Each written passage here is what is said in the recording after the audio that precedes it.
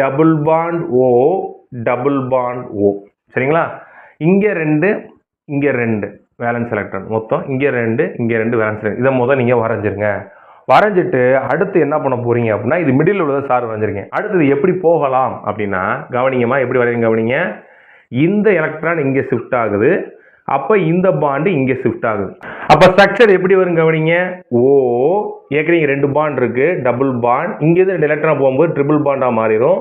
இங்கே remaining 2 electron இருக்குது, அதை போட்டுக்கோங்க.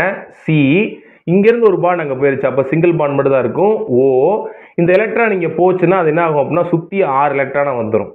அப்போ இங்கே நெகட்டிவ் ஃபார்ம் ஆகும். இங்கே நெகட்டிவ் ஃபார்ம் ஆனால் இங்கே என்ன ஆயிரும், பாசிட்டிவ் ஃபார்ம் ஆகும். ஏன் சார் பாசிட்டிவ் வருது? ஆக்சிஜன் வேலன்ஸ் எத்தனைமா 2 தான், ஆனால் 3 இருக்குது. அப்போ எலக்ட்ரான் டென்சிட்டி குறைஞ்சனால இங்கே ப்ளஸ் வந்துடும். இப்போ இன்னொரு கான்ஃபிகரேஷன் இருக்குல்ல, அது எப்படின்னு சார் சொல்கிறேன் கவனிங்க. இதை போட்டுட்டாலே அது ரொம்ப ஈஸி தான். அது எப்படின்னு சார் சொல்கிறேன் கவனிங்கம்மா. சரி, இப்போ அதே மாதிரி என்ன பண்ணுங்க, சென்டரில் அந்த கார்பனை போட்டுட்டு இதை அப்படியே திருப்பி போட்டுருங்க. அவ்வளோ முடிஞ்சு போச்சு. பாருங்கள் சார் என்ன செய்யணும் பாருங்கள். சி இந்த பக்கம் ட்ரிபிள் பாண்ட் ஓ இருக்கா, இந்த பக்கம் போட்டுருங்க. ட்ரிபிள் பாண்ட் ஓ 2 எலக்ட்ரானை போட்டு பாசிட்டிவ் போட்டுக்கோங்க. அது இந்த பக்கம் போடுங்க. போட்டுட்டு ஓ அதே மாதிரி 6 எலக்ட்ரான்ஸ் போட்டுக்கோங்க. 6 எலக்ட்ரான் போட்டுட்டு நெகட்டிவ் சார்ஜ் போட்டுக்கோங்க. புக்கை நீங்கள் பார்த்தாலும் இப்படி தான் இருக்கும்.